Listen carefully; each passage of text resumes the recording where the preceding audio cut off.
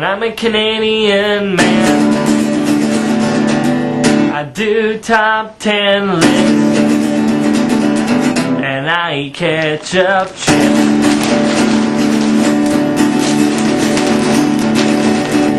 Space it in time and we're gonna do a review.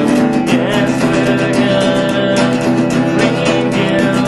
Talk about movies and comics too. Let's all go watch the review.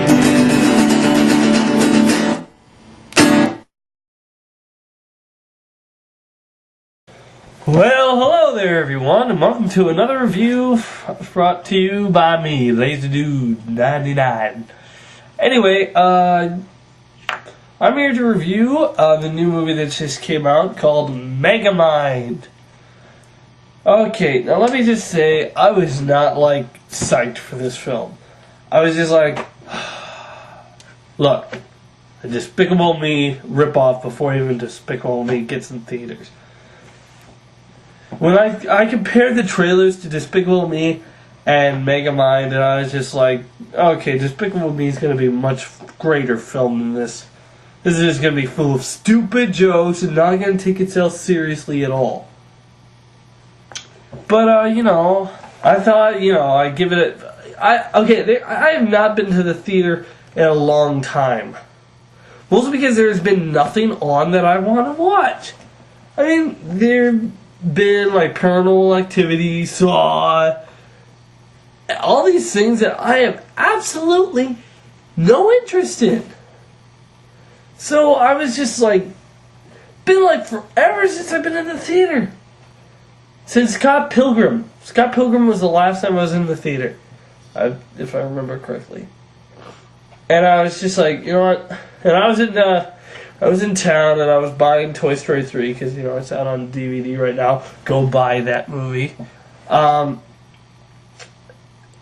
Anyway, so I bought Toy Story 3 and I was thinking, you know what?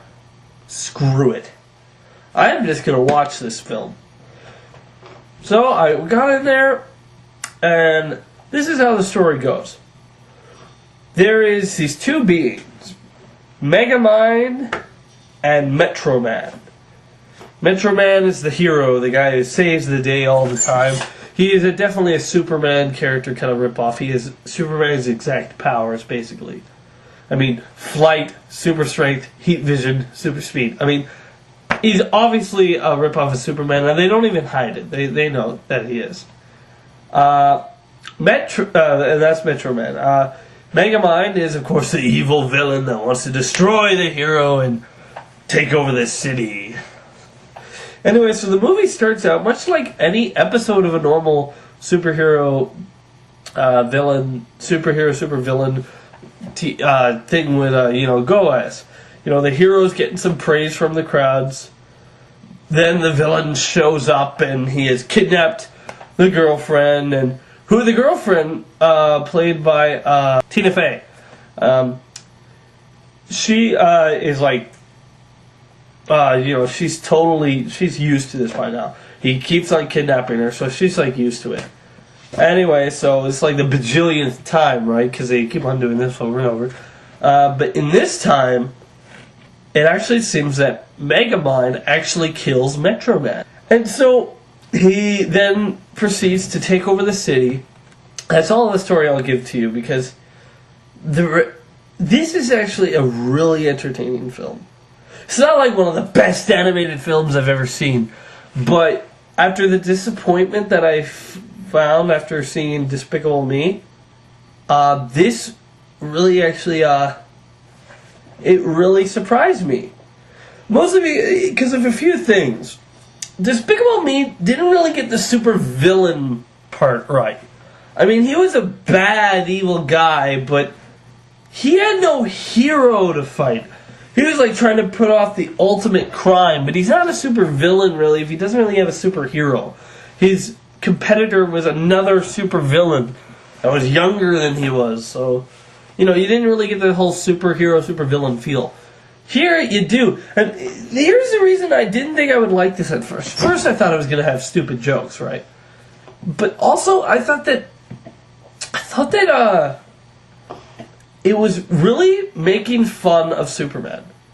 Because, like, Metro Man, he's, as I said, he's a complete ripoff of Superman. But I thought he was making fun of him. How, look, he's all the nice guy. Look, he's stupid because he's nice. But actually, it didn't turn out that way at all. Brad Pitt's character of Metro Man is cheesy as heck. But he's supposed to be. See, here's what these two characters are. They are the generic hero and the generic villain. The generic hero that for some reason, nobody knows why, but he has powers and he wants to do good things because he's the good guy. He has no actually motivation to do it. He's just the good guy, so he does stuff. Good stuff. And then there's Megamind, who plays the generic villain. These are the villains in comics that they don't really have a goal. They don't want to, it's not like he's robbing a bank and the hero gets in his way. He's actually setting out to destroy the hero. And that's all he's really setting out to do. And so once he kind of does that, he's like, he has nothing left to do. And he's just like, what the heck? I don't know what to do now. I mean, I've finally defeated the hero. This doesn't work. I don't know what's going on. And it shows a lot of really, because it asks the question: what if the generic supervillain that doesn't have any other goal other than taking over, or other than defeating the superhero? What if he actually won? See, first I thought that he was Megamind was going to be like a parody of Lex Luthor style, but he's not, because Lex Luthor, if he finally defeated Superman, then he'd be out of his way for good and he'd start to try to take over the world. Once Megamind destroys Metro Man, he kind of really feels bored. I mean, he takes over all the money in the city. So now what? What does he spend it? Why spend when you can just steal everything? And so he has everything and doesn't know what to do with it.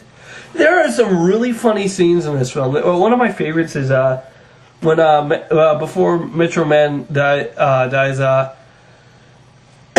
There's a scene where Metro Man and Megamind are banting back and forth, and it starts out a little innocent battle. It's like, your card has expired, and then he's like, I have a guaranteed warranty. He's like, you warranties are invalid unless you da da da. He's like, but I have also not. I don't even remember what they said, but I was just like, I just started laughing, and it kept on going and building up, and it was funny. Also, they tell a nice story of Megamind kind of falls in love with Roxanne, the reporter, and okay, I'll explain this. Since he gets bored and doesn't know what to do, he decides that he's going to make a new superhero. So he accidentally kind of infuses this nerd kid, played by Jonah Hill. I believe that's his name. I'm not a fan of his, but in this, he does a good job because the character almost looks like him. And he's just this nerd character that nobody likes, and he's in love with the reporter, right? But she's just like, dude, no. And she kind of starts falling in love with Megamind, except she doesn't know it because he has this watch that changes his identity so he can look like anyone. So he starts looking. First she's gonna catch him doing something, so he changes to a random person just so he can, just so she doesn't see it's him. And then she starts, talking to him. And so then he starts changing into that person a whole lot. This person who's really just like, I don't know, he's only in there for one scene. And so he starts hanging out with her, and then he starts, kind of falling in love with her. It's actually told really well. It's not cheesy. Oh man, that's just stupid. And there's no embarrassing scenes with him like, oh no, there's the real Bernard. I gotta get him out of the way before she sees him. There's none of that, which I like. But the thing about Titan, I'm getting ahead of myself. So he decides to make a new superhero, and he accidentally hits this kid with it that gives him the powers of Metro Man, and he starts training him to be tries to train him to be a superhero. And he makes a disguise to make him look like, which looks like a disco version of Jor-El. He tells them that he's his space dad, and he was sent down there, and he has great power. I love the way he talks when he's a space Will Farell. If I didn't mention his Mega Mind, I love how he talks when he's pretending to be the space dad, the Jor-El kind of character. He's just like, you should be mama. I don't know. It's just so weird and random. It's a weird way of speaking, but it's funny. I want to see Will Farell doing more animated films because I really enjoyed him in this. In fact, I would be okay if this got a sequel. I would love to see what happens. But I'm kind of getting ahead of myself again. Basically, Titan, since he can't get the girl, he decides he wants to be a villain. And so Megamind's like, well, I'm supposed to be the villain. So then Megamind has to kind of turn himself into the hero. Because he realizes he was just evil for the sake of being evil. He had no real purpose other than he just wanted to be evil so he could fight the superhero. Now he realizes that he's not really a bad guy. He's a nice guy, but he's not really a bad guy. Also, he has a sidekick that is kind of a fish. His name is Minion, and I really liked him. He had a really nice voice to him, and he could have been. I could really see him being so annoying, but fortunately, he wasn't.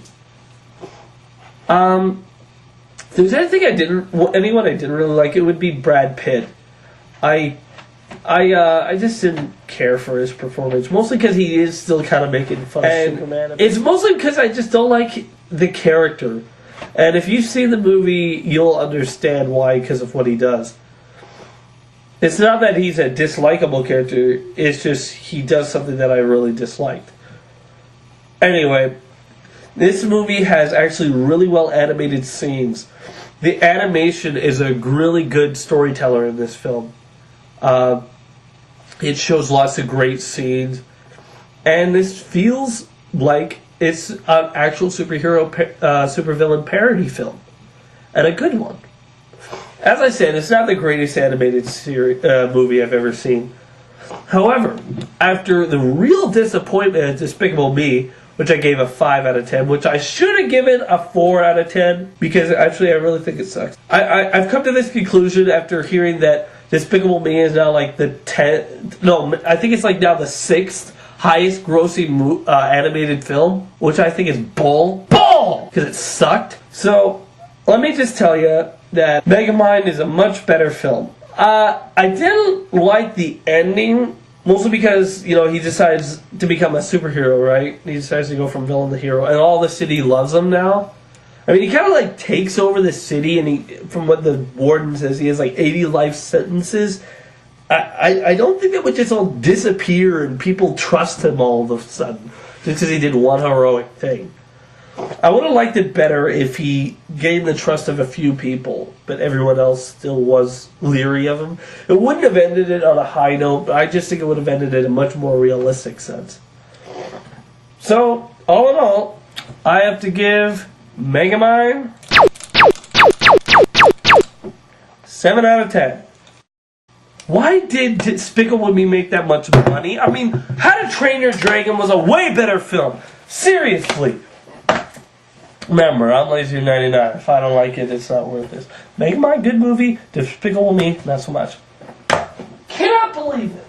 Will Farell was better than Steve Carell. Makes no sense.